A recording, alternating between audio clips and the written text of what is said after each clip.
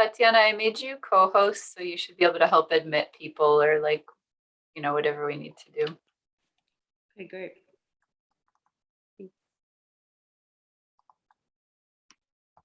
See some familiar faces. How's everybody doing tonight? Tired?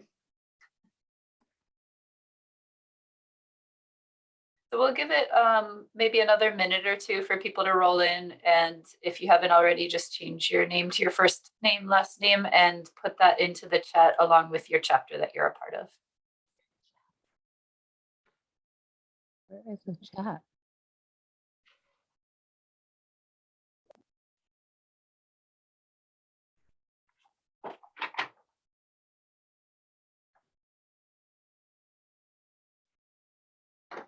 Yeah, I'm finding it a little hard to find the chat.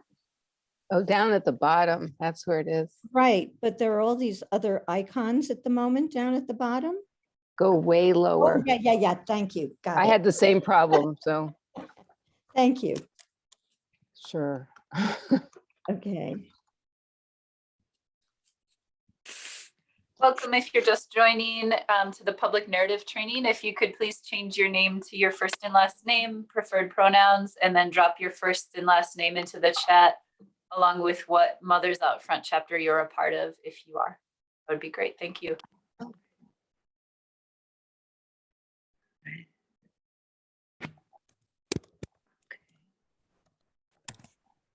Okay, so I think we'll go ahead and get started, even though I believe people are rolling in here. Welcome to Mothers Out Front public narrative training. It's good to see some familiar faces and some new faces here.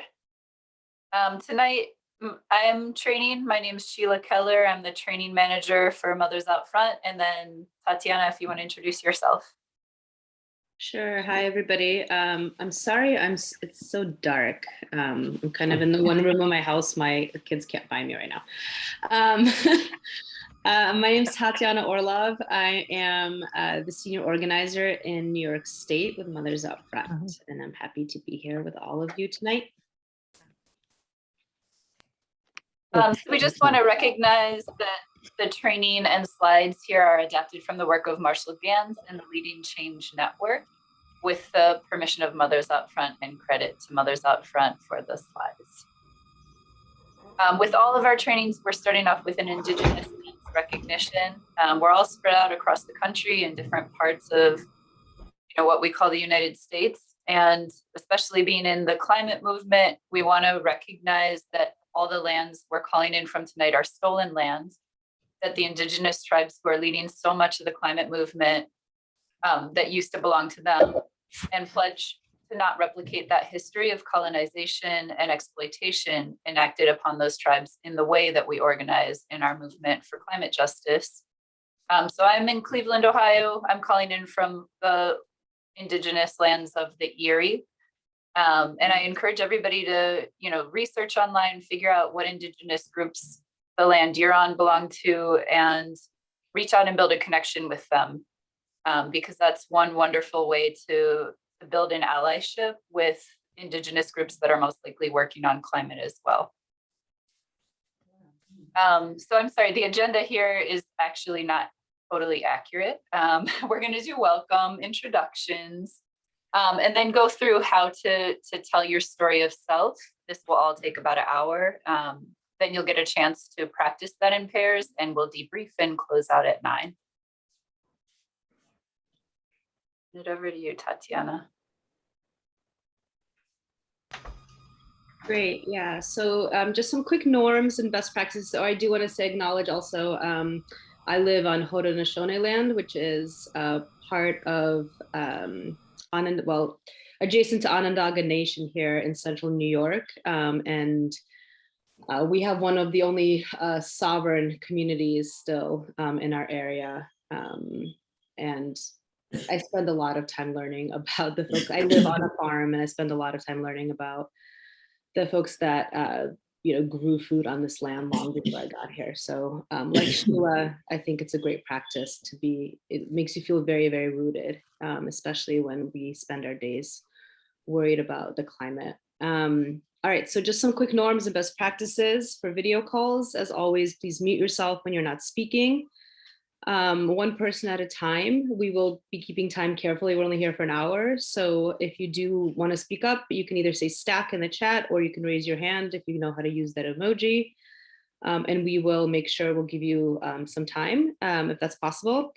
Say your name and location the first few times you speak, just so that we can all get to know each other.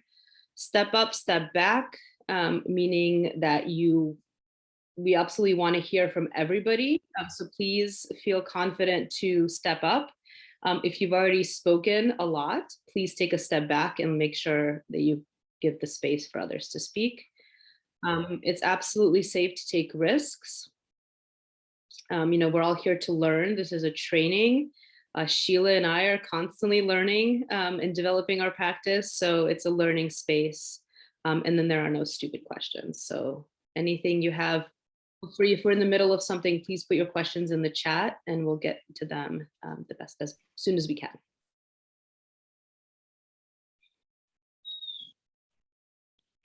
All right, so now we're gonna actually do introductions in pairs. We have 18 folks here tonight, so we're not gonna go around in a big group.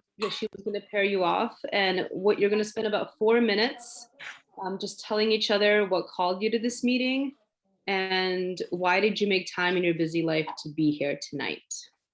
Sheila, if you wanna go, and we'll, the breakouts will end when your time is up and we'll come back into the big group.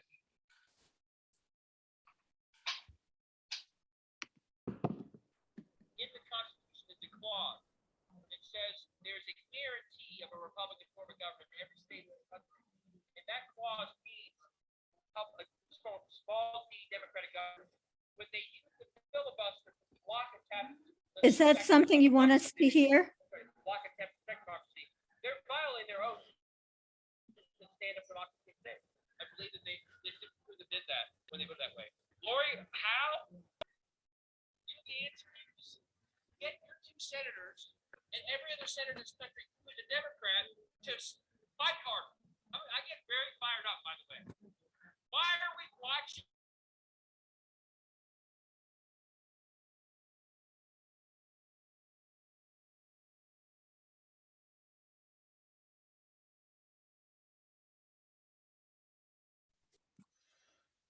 Sheila, are we supposed to be in a breakout room?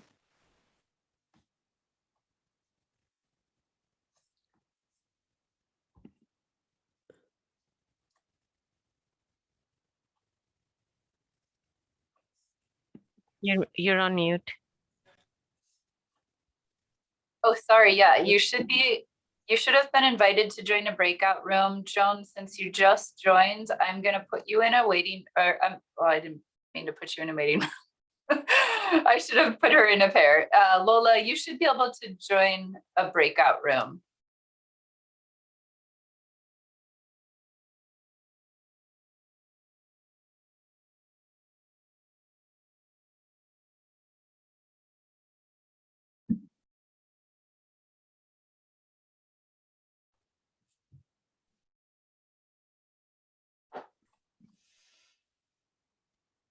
Sorry about that, Joan. I meant to put you in a breakout room and I accidentally added you to the waiting room. So we only have a couple minutes left. Why doesn't, for Lola, Anne, and Joan, why don't you just share your names, where you're calling in from, and what called you here today? Was shared in the chat or what?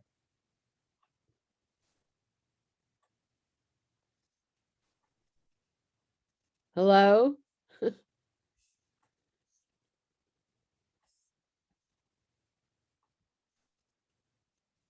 Hello? I don't know what's happening.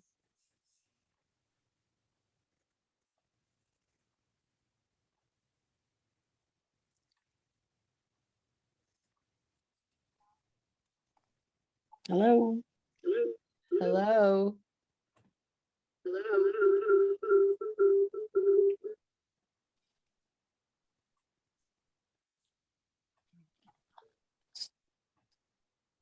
So feel free to share here. We had some people end up in this big room and we only have a minute or so left. If you Okay. just want to share with each other why you're here tonight and your names.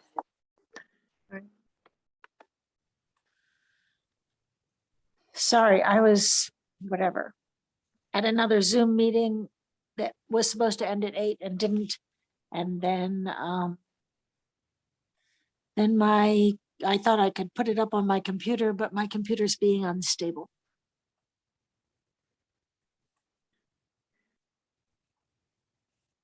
Sorry, I'm Okay, on so- mute. Yeah. So go ahead and introduce yourselves to each other. Yeah, That's what so this- my name is Ann, and I'm from Brookline, Massachusetts. And I really love storytelling. I listen to The Moth every Friday night. And so I vote, and I have a pitch that someday maybe I'll make because I figured out a story. So I thought this would be great to get some tips on refining my story. And then I thought about a story related to climate change. So I'm ready to go. I'm Celia, and I'm working with I'm in Santa Cruz, California, and I'm working with a local Indian tribe. And so, and it has to do with also protecting the land. So that's my interest in being here. My name's Graham. I'm in Alston, Massachusetts. I've volunteered for Sunrise. Currently, my chapter's a little quiet at the moment, so wanted to keep on volunteering, and I've always heard great things about Mothers Out Front, so I thought I'd check it out.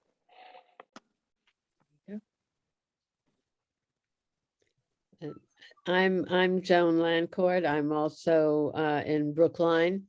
And I'm new to Mothers Out Front, but I've been working with a group building a better Brookline, and Mothers Out Front has become part of our coalition.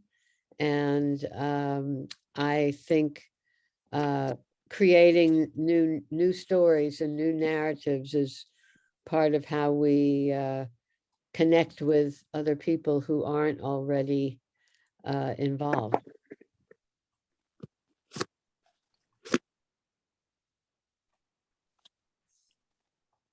Joining back in this room in a minute, if not already all here. So we're gonna thank you all for participating and just sharing a little bit about yourselves. And we're gonna move on now to Tatiana for this slide. Second, and pardon the background noise, that is my dog drinking water. I live in a zoo, basically. There's always something going on. All right, so why do we tell stories to create change? Well, a story, people like stories, people like telling stories, they like hearing stories. So it's one of the ways that we already connect with each other. People can relate and see themselves in others. Sheila, is it gonna pop up is the list gonna pop up as I speak? Oh, there we go. All right. Stories create shared understanding and connections that help build relationships and create community.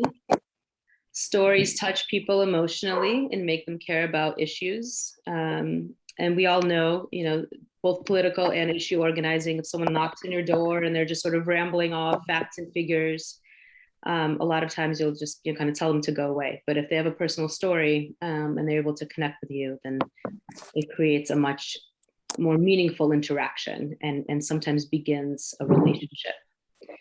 Stories can move people to action through an ask, right? So in our daily lives, we tell stories just to share information. In organizing, we really tell stories to move people to take action, to inspire them, to think of their own story of self and to bring other people into the movement.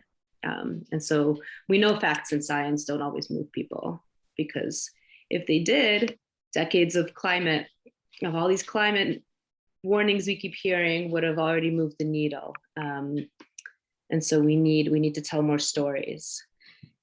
And they connect, so stories connect us to one another and they help us share values. We see each other in each other's stories. We also feel something. And stories, like I said, are the root of hearts and minds organizing. Public narrative, which is what brings us here tonight, is the craft of storytelling that builds social movements. So again, how do we tell a story that not only shares something about ourselves and what compels us to be here, but also moves people to take action?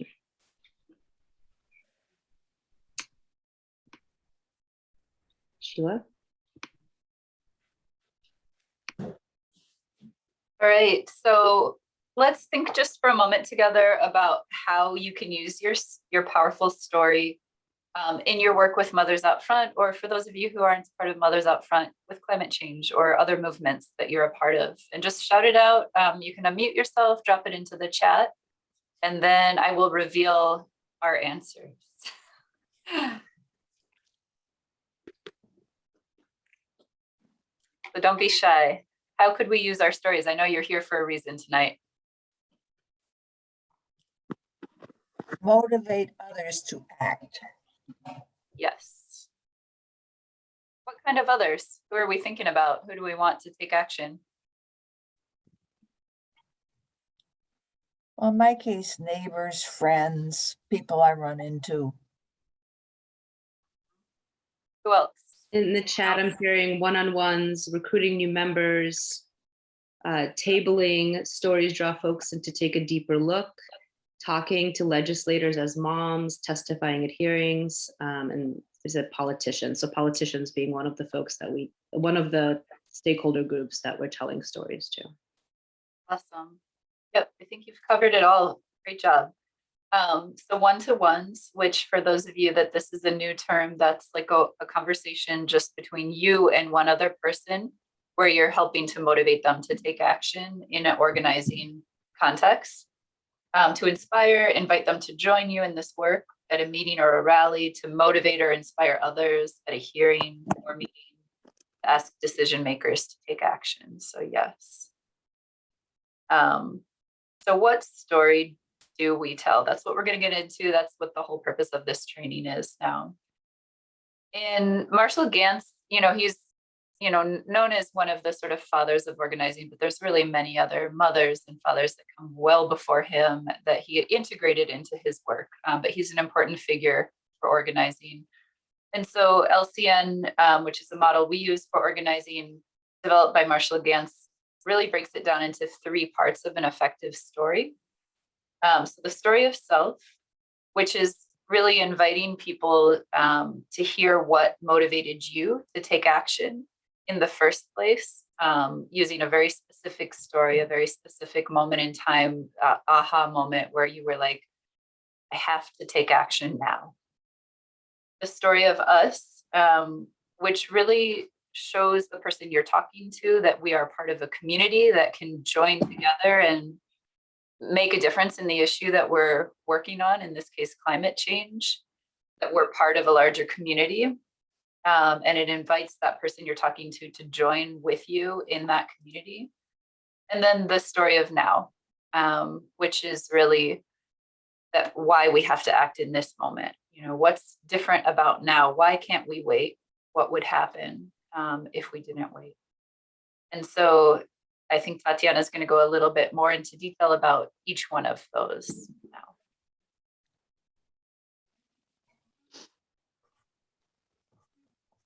Yeah, can you click ahead? There we go, thank you. So your story of self is really what brought you here tonight. It's probably close to what you might have said to your partner when we did check-ins tonight, or if you talked about your time with Mothers Out Front in general. But when we're telling a story or a public crafting our public narrative, we really want to think of something specific. Was there like an aha moment, right? Where like maybe you were concerned about climate change for a long time, and then something happened and you just knew that's when you had to get involved. So being really, really specific and building a lot of detail around that is really important. What was happening? How were you feeling? And what did things look like? Really want to bring whoever you're speaking to sort of into that moment with you and get them interested. in the emotion that you were channeling when you felt compelled to take action. Next slide. Yeah, just to add here, if you want to get out a piece of paper and a pencil, and as we're going through these, jot down just some preliminary ideas, because this is what you'll be getting into when you break out as pairs.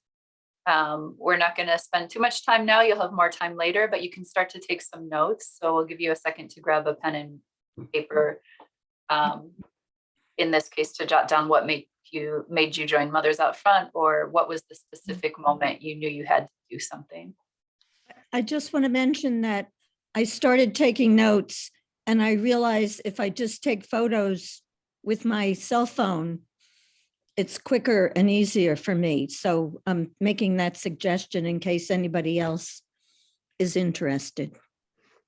Yeah, and just to clarify, we'll give you a worksheet that reminds you of these when you do your breakout pairs. So what I'm suggesting is you take notes of your own personal story of self, not of the slides. And I'm happy to share the slides afterwards with anyone.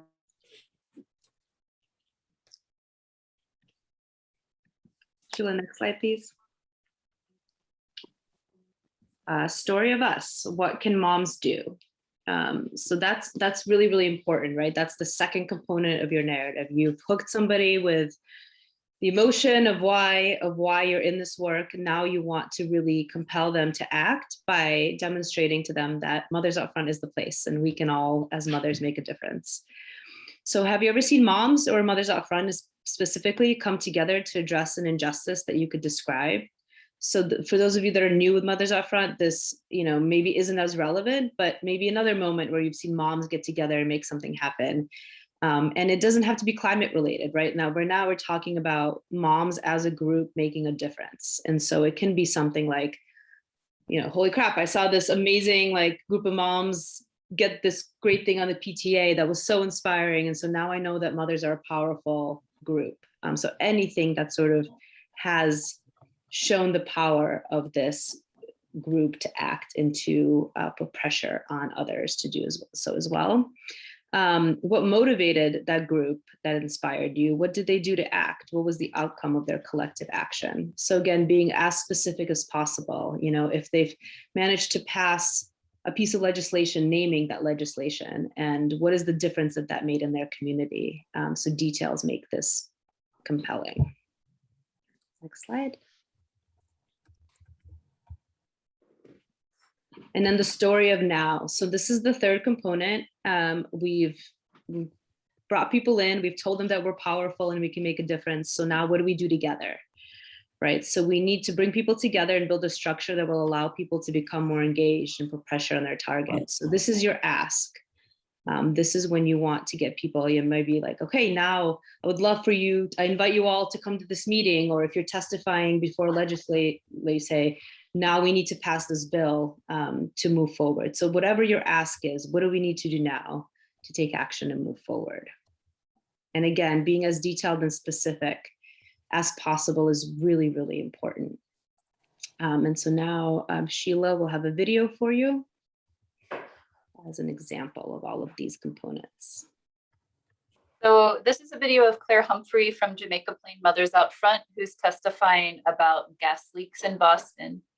So I'll play this video for you and then we'll kind of debrief it together.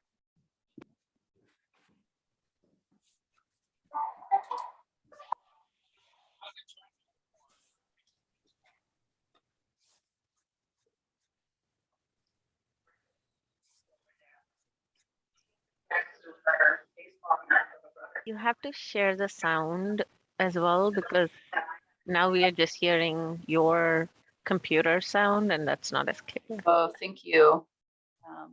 You know where to do that, Anya?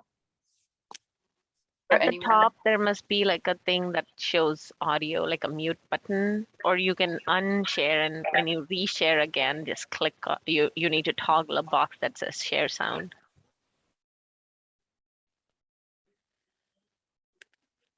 Sorry for the technical difficulties. Let me try the stop and reshare.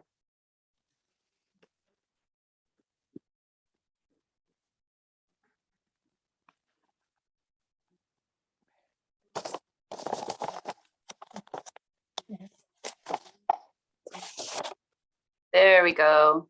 Okay. Hopefully this sounds better. I'm a member of Mothers Out Front. We are a group of mothers and grandmothers. We work with a lot of allies, a number of whom are represented here today. Would everybody who's here from Mothers Out Front please stand up? We work to build political will to stop climate change that is threatening all our children. Mothers Out Front met over the summer with most of you. And I was impressed with your willingness to meet with us and the time and the attention that you gave us. So I wanted to say thank you. And I wanted to thank you for holding this hearing. Besides raising my own kids, for the last 10 years, I've been the owner of a preschool center serving our youngest neighbors in Cedar Plain. And through this, I've seen hundreds of parents. I see how much love and energy and time and money that people put out for their children. When my son was very young, he loved trains. And my family went to Legoland, and right inside the entrance to Legoland, there is a toddler train. It's still the only part of the Legoland I've ever seen. Because it's a little tiny train, 3 or 4 cars. And I rode that train, and the cars are really small, so my knees were under my chin, okay? And I sat behind George, and I rode that train 37 times, okay? To make a 3-year-old happy. So I understand what parents will do for their kids' happiness and their safety. And I understand how much they're invested in their future. But I also see that we are not addressing one of the biggest threats to their future and their safety that's out there, which brings me here today. I know many of you are parents, and you have faces in mind when you do this work. But even if you're not parents, I know you care about kids and their future. You can do this job. You have faces in mind too, just like all of us do. I know that there's a lot of pressing issues and threats that demand the time and attention of the City Council daily. But I have trouble thinking of one that isn't going to be worse if we don't get in front of this, either directly or from resources that will have to be redirected elsewhere. Think about that, and think about those faces. All these people who came here today have come in the middle of a workday. It's the time of day when school kids need to be picked up and after-school activities are starting. So this represents a whole lot of carpool favors that got pulled in today. And it also represents a lot of concern about the threats from gas leaks. Climate change has been a known issue since I was Lucy's age. And there are gas leaks in Boston that are twice her age. The signs that people are holding up, okay? These are admitted unrepaired leaks reported by the utilities. They go back 30 years. And there are proposals to build more pipelines at taxpayer expense that will, and into residential areas of Boston, that will lock us into fossil fuels for the next 50 years or more. And so we are all here today to say fix the leaks first, and fix the leaks fast. It's good for the city, for the people, and the future. And I have one more point, which was kind of made before. What you do here today on this issue, this goes way beyond Boston. Every city and town in Massachusetts is facing the same issue, and many more beyond. So you do have a chance to be leaders here. Thank you. Thank you.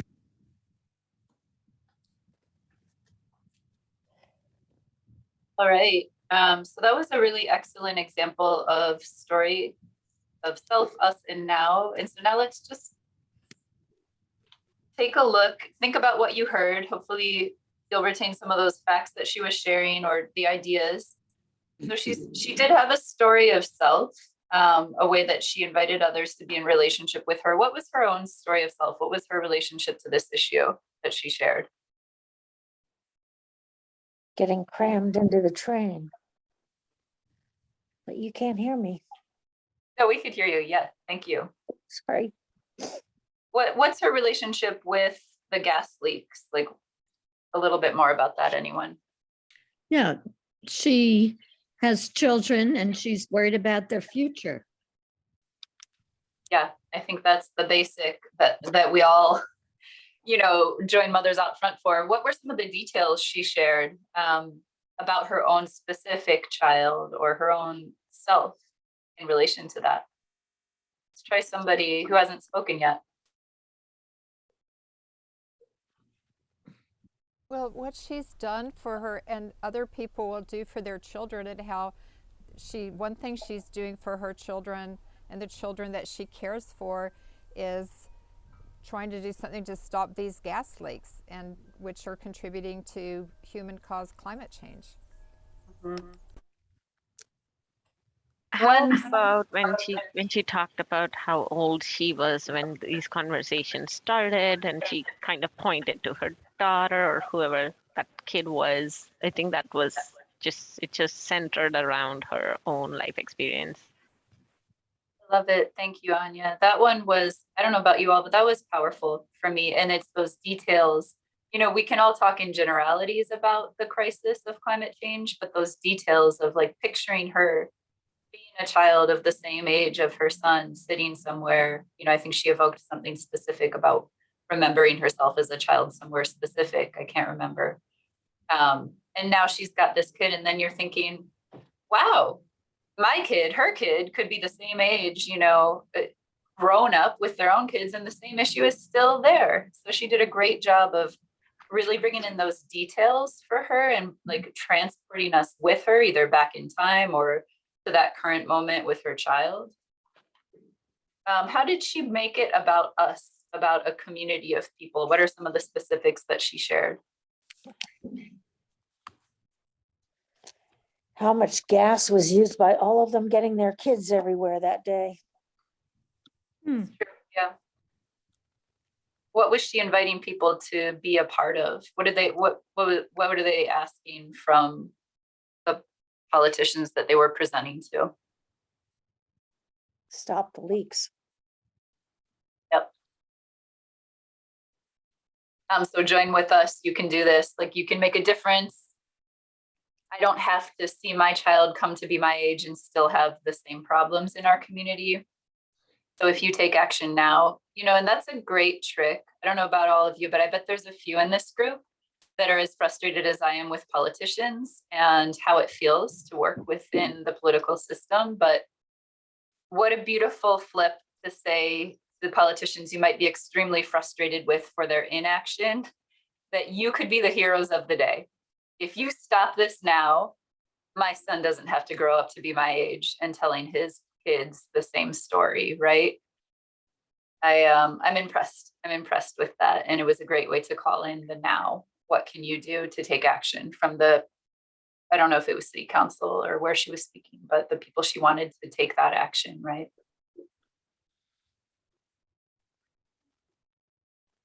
One thing I noticed is that she was talking a lot about the heart of the matter. She didn't really go into details about the science of it. Right. So it's almost like everyone just got the science. Now it's about, are you going to take action or not? I wanted to say that one of the things that was well done was having the visual of having first the people stand up, and second the signs that talked about all the leaks.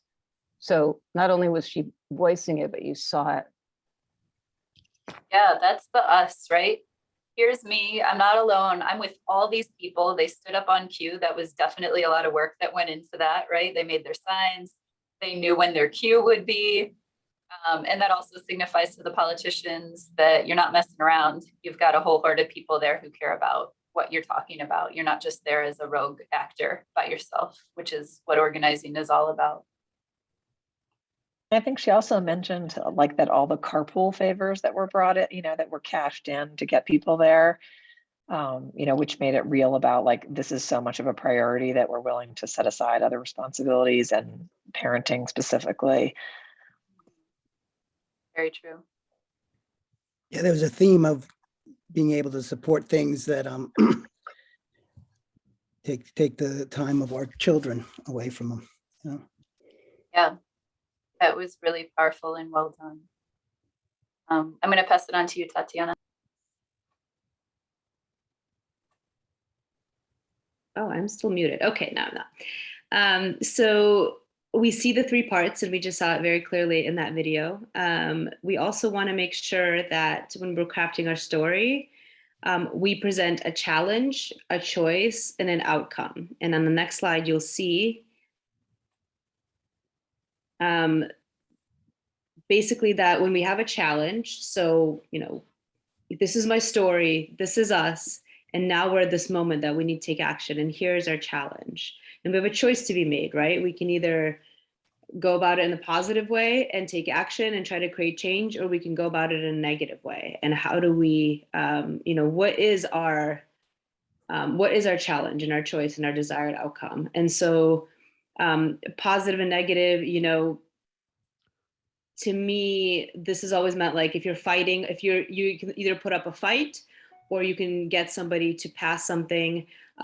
Both of them can be choices depending on kind of the specific issue that you're up against. But you really want to present in your storytelling, you really want to present people with the challenge and make it very clear what your desired outcome is as you invite them to take action with you.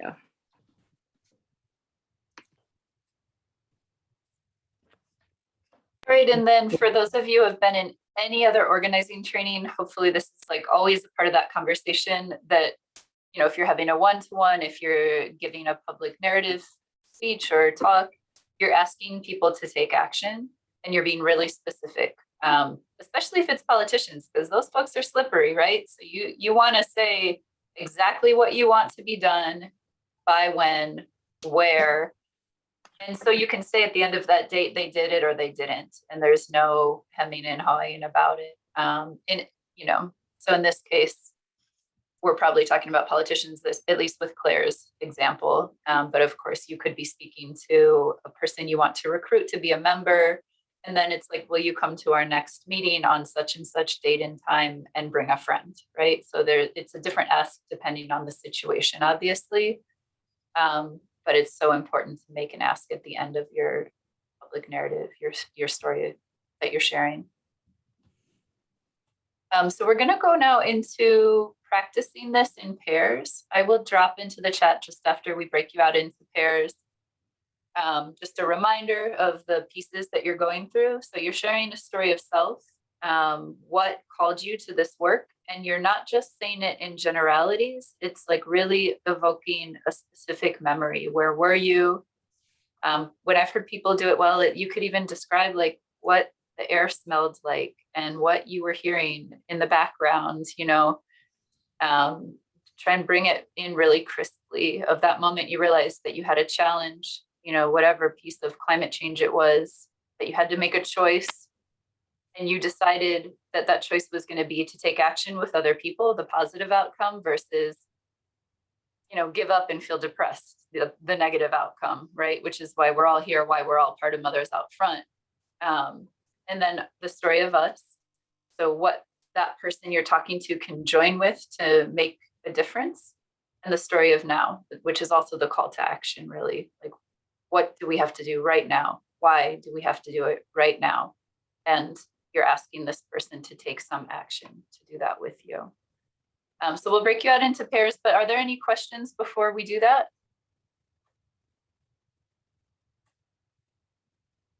I just want to add this, you know, I've been doing this for a long time, and it's really hard for me to give my public narrative. Not everyone's kind of naturally comfortable speaking. I want everybody to just feel super comfortable sharing as much as you want. You don't have to have a well-crafted public narrative like we just heard from Claire, that, you know, Claire was somebody who was a member for a very long time and practiced, and it was polished. So just, I just want to create space for everybody to feel like they don't have to have a perfectly crafted narrative tonight.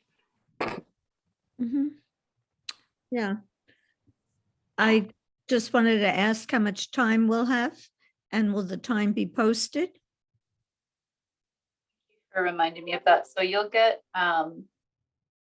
looking like 15 minutes total. So if you can, if you want, we can send out a reminder at like 7-ish minutes. Or you might also want to take the first few minutes to just think about your story of self, jot down some more notes, and then whatever time you have left, divide it up. So why don't you guys time yourselves, but you have about 15 minutes and I'll open the rooms up for you now.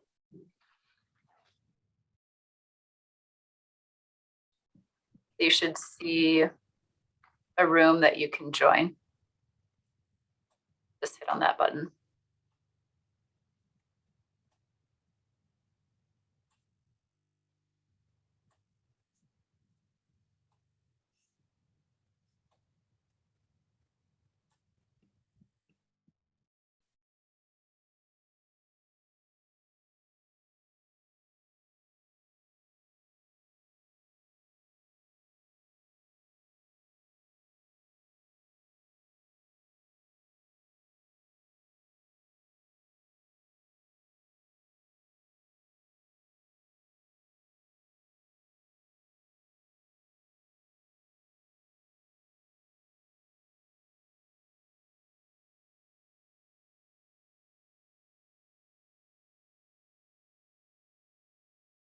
Are you not in a room? I was, but no one else is there. It's room number 4. Okay. Can you check? Yeah. No, you were all alone. I'm sorry. That's fine. I'll move you to another room.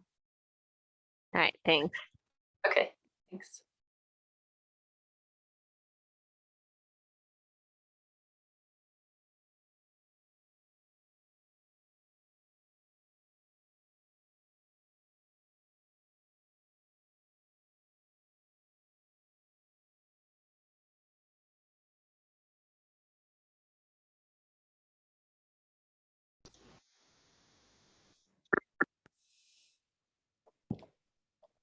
That's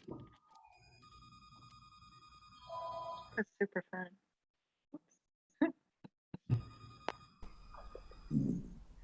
Great, welcome back. We spent a little more time on the breakout rooms than we will have for the debrief, but I'll pass it over to you, Tatiana, for the debrief now. Yeah, this is just an opportunity. If anybody feels really good about where they're at with their public narrative, I know we don't have a lot of time. If you want to just jump in and share with us, I'd love to hear maybe a minute of 1 or 2 folks' narratives.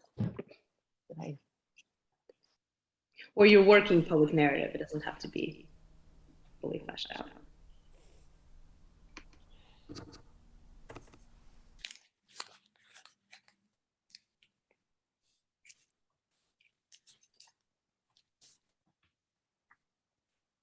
I can do a quick one of just saying that. I said thank you. Okay. I hear an echo, but it doesn't matter if it doesn't bother anyone else. I was working in hospice and helping people look at the end of life wishes. And I retired, and then I thought, okay, now it's time to talk about end of life of the world. It's like, let's talk about what we want. And my daughter's been in environmental science all along, and it was like, okay, this is the big one. And so I got involved in Mothers Out Front. That's my short version. Great, thank you. Thanks, Joanna. Go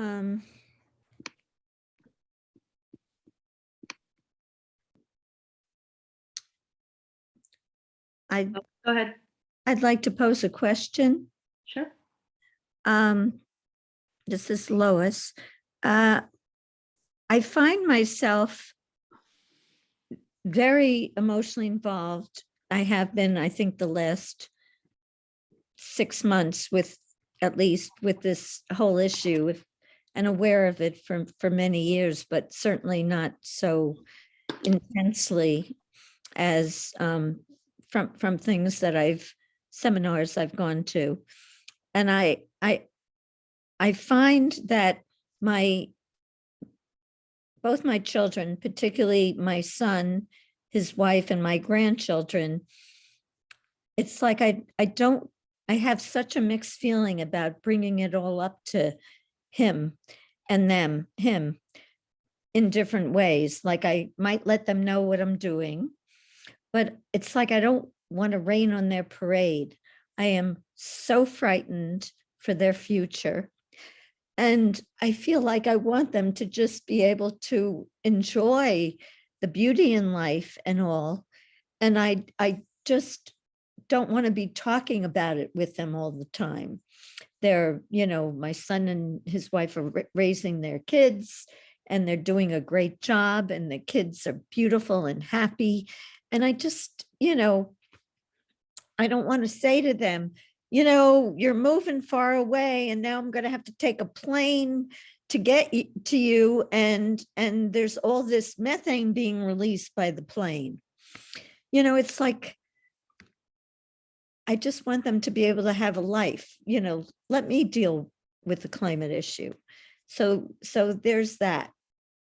And I just wonder how other people are relating to that kind of issue. Thank you. Maybe we can leave the room open for people who want to stick around afterwards and, talk to each other. We can create breakout rooms for different things. But it is 9 now, so we wish we had a little more time to just debrief how that went for everyone, but we want to respect your time. So if you could just drop into the chat before you drop off, what was something positive? What was something that could have been better about the training for you tonight? And then we also want to invite folks who are not members yet at Mothers Out Front to become a member. So I will drop that in the chat for you. And then anyone who wants to stick around for 10 minutes or something like that, we can create breakout rooms, give you a chance to talk to each other. And just want to thank everybody for showing up tonight in the evening when you're tired after work to learn about how to do the public narrative to support that work that everyone's doing, either in Mothers Out Front or other organizations you're part of or hope to be a part of. So thanks for coming tonight.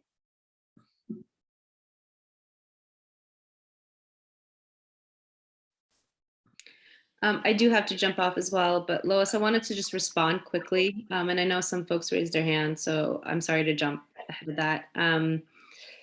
I completely feel that. I dress rehearse tragedy constantly and all the time. It's just how I'm wired.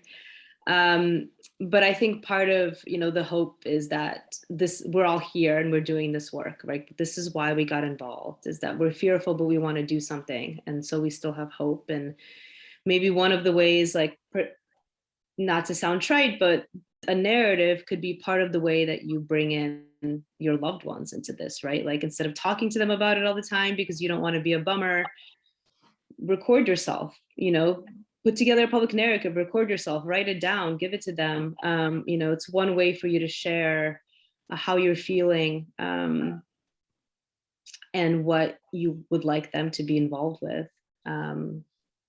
Or just, to share why you care about this issue and why you're scared. This could be absolutely a tool for that. So just wanted to offer that to you.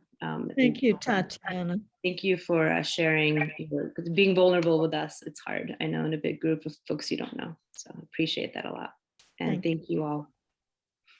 Lois, I just would like to remind